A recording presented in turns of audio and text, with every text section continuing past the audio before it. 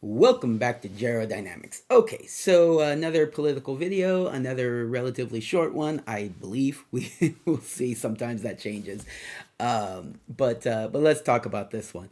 I saw this posted somewhere that Puerto Rico, that their election day is a public holiday with paper ballots, government ID required.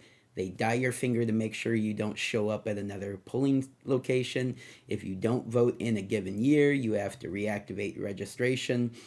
Basic election integrity measures is what they posted.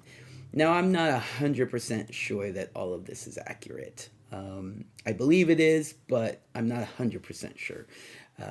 But whether it is or it isn't, these are really, really just common sense, as the left likes to throw out about things that aren't common sense. But this is all right. These are common sense, like voting day measures. You and some of these, the left will appreciate, and some of them the right will appreciate. But let's just kind of look at it. You know, let's take it step by step, right? So an election day is a public holiday. I actually do agree with this. I think giving a public holiday so that people can go out and vote, they don't have to worry about can they vote before or after they go into work. Although public holiday doesn't necessarily mean you're always going to be off work, but there are those other laws in place that say that work should provide you with ample time to be able to go make your vote, vote. But making it a public holiday would be an even easier thing to do. Make it easier for people to be able to go and vote on these sorts of things. So I really don't have a problem with that. If you wanted to move election day off of a Tuesday, you could move it to like a weekend, to like a Saturday or Sunday. That might be helpful. I don't know. Or if you're going to make it a holiday, you probably should at least move it to Monday, because a lot of our holidays, most, if not all, not all, but most of our holidays are on Mondays. So that would be, nice to have that continue, give people 3-day weekends.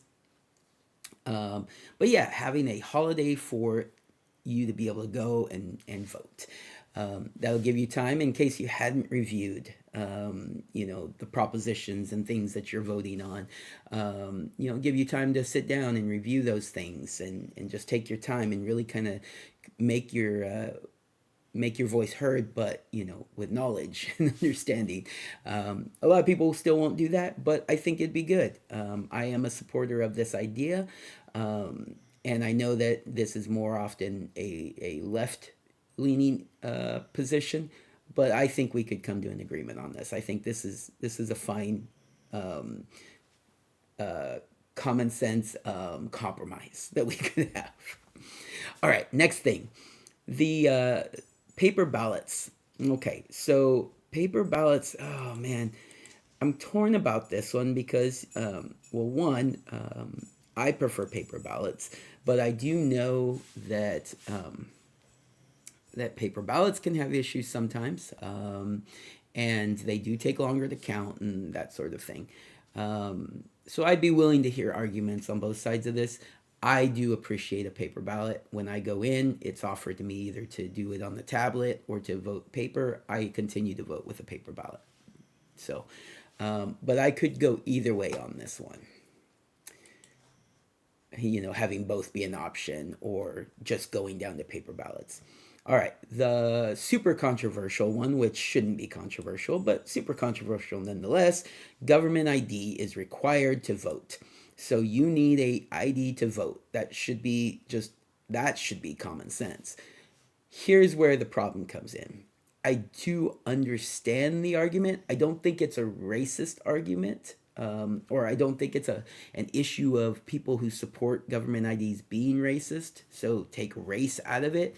But I do understand that if you are low income, and you don't drive, you take the bus everywhere, you walk everywhere, you ride a bike, then you don't have a driver's license. And if you don't have a driver's license, you don't have a government ID unless you specifically go to the here in California. I'm sure it's similar in other places. Here in California, you go to DMV. You can get a identification card. Takes time, takes money, takes effort. So I kind of understand that argument. So if someone is lower income, then it's harder for them to get an ID. Has nothing to do with race, by the way. I don't they bring up race because they know that's a way that they can try to attack people. It's not a racist thing to believe in IDs, but here's a solution. Either way, whether you think it's a race thing or not, the government just issues these IDs. When you register to vote, the government issues you out an actual identification card. And here's the thing: this is actually has perks to it because one, you get the card so you can vote. You don't have to pay for it. You just register to vote. They issue you out an ID. If it needs to be updated, you send in, you update your voter registration. If it changes your address or anything pertinent to the ID card, you could be sent a updated ID card, or you could be sent the updated piece of paper that they oftentimes send out when you change your say your driver's license. You change your address and you get a piece of paper to show that you've updated your address, but you won't get a new ID until you have to renew, that sort of thing. They could have it be a regular renewal thing, but it's probably something that doesn't need to be renewed. It just needs to be sometimes updated, and you'll need a new one. Or if you lose it, or it gets damaged, or something to that effect, and they'll need to issue a new one. I believe that these should be government issued. That if we're spending money on all sorts of crazy things, we might as well spend money on this to help secure our elections. And so, in that case, no, you wouldn't have an issue with low income people having more trouble getting a identification and therefore having trouble voting. It wouldn't be a quote unquote poll tax, because it would be a free identification card that you would be issued when you register to vote. So I do think that ID should be required. I do think the government should provide it, and I think that would solve all of those issues. So that's my take on that. I don't know what kind of argument you could possibly come up with against that, but people will still try, I'm sure. Then they dye their fingers. That's kind of silly. We have databases. We can have a database that says you've already cast a vote. They could look up. They use your ID, scan it. Says you've already voted. Don't need to dye a finger. so we could have an updated system so that you don't have to worry about your finger being dyed. All right, so moving past that one, but the database, I wouldn't mind, having it be something that's only kept on election day. That just as if you go to another polling place, they're going to scan your card. They said you've already voted. And then there's issues sometimes with those sorts of things, and so yeah, you would be able to get a what's the word, the ballot. I'm forgetting the word. Anyways, there's a ballot that you cast when they don't know for sure that you are voting in the right place, and they can, they'll take it and it'll get verified and then counted if it needs to be counted, or not counted if it shouldn't be counted. So they could do that, right? So they scan you, they say, oh, you've already voted. You say, I didn't vote, and then they take your ballot, and then it gets double checked. That sort of thing. That's what I think should be done. All right, what else? If you don't vote in a given year, you have to reactivate registration. Torn about that, because one, sometimes we vote more than once in a year. But I think maybe you should have to re-register, maybe every couple of years, like you do with with your driver's license. And if you're not quite understanding why you would have to do that, that's because people pass away, they move out of state, they move out of country, and we want the voting rolls to be accurate.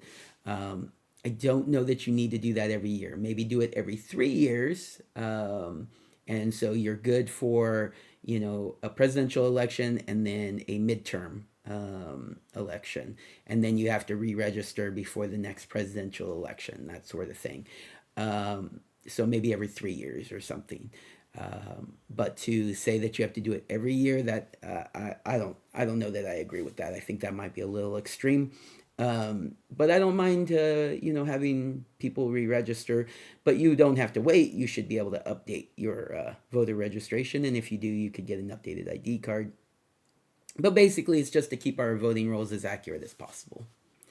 So these are the things I see as common sense election day measures, voting integrity measures that we seem to be having issues with, and then you just take that issue off the board, and then people can't complain that elections are being stolen through fraudulent measures, just that elections are being stolen by censoring free speech. you know. So yeah, so just keep that in mind. I think these would be good solutions to move forward with.